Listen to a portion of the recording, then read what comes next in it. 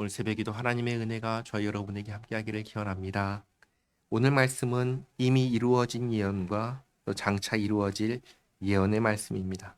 1절 말씀 보시면 이스라엘에 관한 여호와의 경고의 말씀이라. 경고의 말씀이라고 하십니다.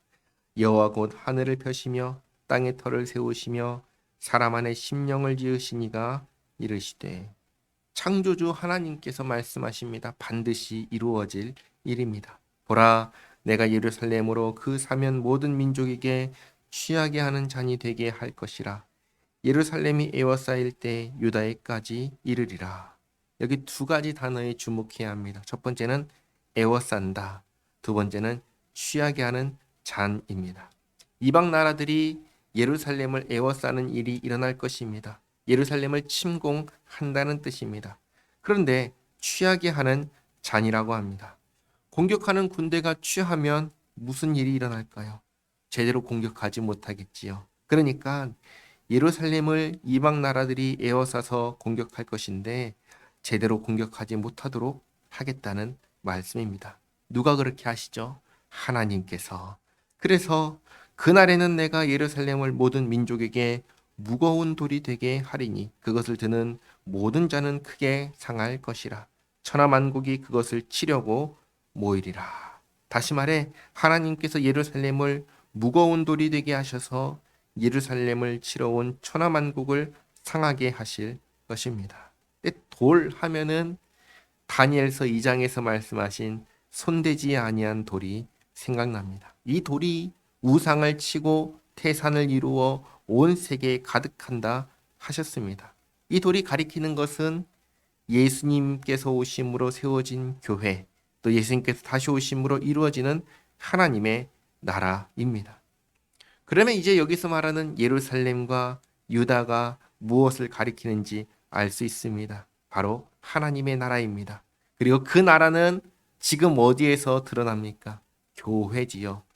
교회를 이방 나라들이 핍박할 터인데 오히려 그들이 망하게 될 거라는 말씀입니다. 4절에 여호와가 말하노라. 그날에 내가 모든 말을 쳐서 놀라게 하며 그 탄자를 쳐서 미치게 하되 유다 족속은 내가 돌보고 모든 민족의 말을 쳐서 눈이 멀게 하리니. 이렇게 예루살렘과 유다 족속을 하나님께서 돌보시고 이들을 치러 온 천하만국을 상하게 하실 것입니다. 또 이것을 보고 유다의 우두머리들이 마음속에 이르기를 예루살렘 주민이 그들의 하나님 만군의 여호와로 말미암아 힘을 얻었다 할지라. 다시 말해 하나님께서 우리를 도우신다라고 할 것입니다. 6절에 그날에 내가 유다 지도자들을 나무 가운데 화로 같게 하며 곡식단 사이에 횃불 같게 하리니 그들이 그 좌우에 에워싼 모든 민족들을 불사를 것이요 예루살렘 사람들은 다시 그 본 곳 예루살렘에 살게 되리라. 나무 가운데 화로가 있으면 나무는 어떻게 되죠? 타버리죠. 또 곡식단 사이에 횃불이 있으면 곡식단은 어떻게 됩니까? 탑니다. 그렇게 예루살렘을 에워싼 민족들을 살라버리시고 예루살렘 사람들이 다시 예루살렘에서 살게 하겠다 하십니다. 자, 이렇게 하실 때 7절 여호와가 먼저 유다 장막을 구원하리니 이는 다윗의 집의 영광과 예루살렘 주민의 영광이 유다보다 더하지 못하게 하려 함이니라. 이게 무슨 말이냐면 과거에는 성 안에도 집이 있지만 성 밖에도 집이 있었습니다. 이방 민족이 침공하면 누가 먼저 공격을 당하냐면 성 밖에 있는 이 집들이 공격을 가장 먼저 당합니다. 성 밖에 있으니까 막을 수가 없는 겁니다. 그런데 하나님께서 그들을 가장 먼저 구원한다고 하십니다. 가장 약한 자들을 가장 먼저 하나님께서 구원한다 하시는 겁니다. 그래서 그날에 여호와가 예루살렘 주민을 보호하리니 그 중에 약한 자가 그날에는 다윗 같겠고 다윗의 족속은 하나님 같고 무리 앞에 있는 여호와의 사자 같을 것이라. 그렇게 하나님께서 보호하시고 또 힘을 주셔서 예루살렘과 유다를 에워싸는 천하만국과 싸워 이기게 하겠다 하십니다. 예루살렘을 치러 오는 이방 나라들을 그날에 내가 멸하기를 힘쓰리라. 아멘. 자, 그리고 10절입니다. 내가 다윗의 집과 예루살렘 주민에게 은총과 간구하는 심령을 부어주리니 그들이 그 찌른 바 그를 바라보고 그를 위하여 애통하기를 독자를 위하여 애통하듯 하며 그를 위하여 통곡하기를 장자를 위하여 통곡하듯 하리로다. 다윗의 집과 예루살렘 주민이 누군가를 찌릅니다. 그리고 그 찔린 그를 바라보고 애통합니다. 독자를 위하듯 애통하고 장자를 위하듯 통곡하듯 합니다. 그러면서 은총을 간구합니다. 자, 그러면 찔린 그는 누구일까요? 예수님을 가리킵니다. 요한복음 19장은 이 말씀이 바로 예수님이라고 하였습니다. 그리고 사도행전 2장을 보면은 오순절에 성령님께서 강림하십니다. 오순절을 지키기 위해서 온 유대인들이 베드로의 설교를 듣습니다. 베드로가 이렇게 말하죠. 너희가 십자가에 못 박은 이 예수를 하나님의 주와 그리스도가 되게 하셨다. 이 말씀을 듣고 오순절을 지키기 위해서 온 유대인들의 마음이 찔려서 하는 말이 우리가 어찌할꼬 였습니다.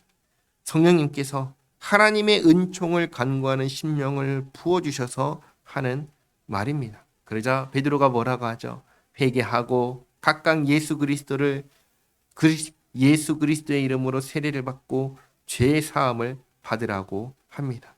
이 일을 지금 미리 말씀하신 것입니다.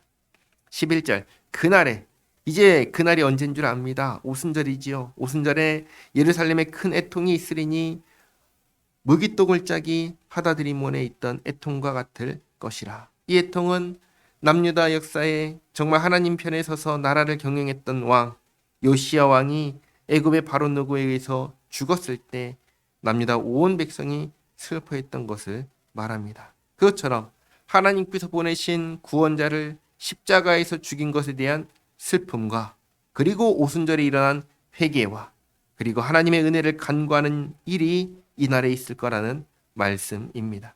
그래서 12절 온 땅 각 족속이 따로 애통하되 다윗의 족속이 따로 하고 그들의 아내들이 따로 하며 나단의 족속이 따로 하고 그들의 아내들이 따로 하며 레위의 족속이 따로 하고 그들의 아내들이 따로 하며 시므의 족속이 따로 하고 그들의 아내들이 따로 하며 모든 남은 족속도 각기 따로 하고 그들의 아내들이 따로 하리라. 이걸 다르게 말하면 모든 사람이 각각 개인적으로 예수님 앞에 서게 된다는 것입니다.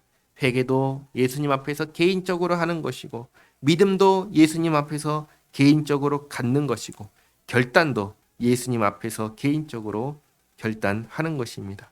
장차 이런 날이 오게 될 것을 스가랴 선지자를 통해서 선포하셨습니다. 자, 정리하면 이렇습니다. 1절부터 9절까지는 장차 예루살렘을 이방 나라가 에워싸 치려고 할 날이 올 것인데 그때 하나님께서 예루살렘을 지키시고 이방 나라를 물리치실 것을 말씀하셨습니다.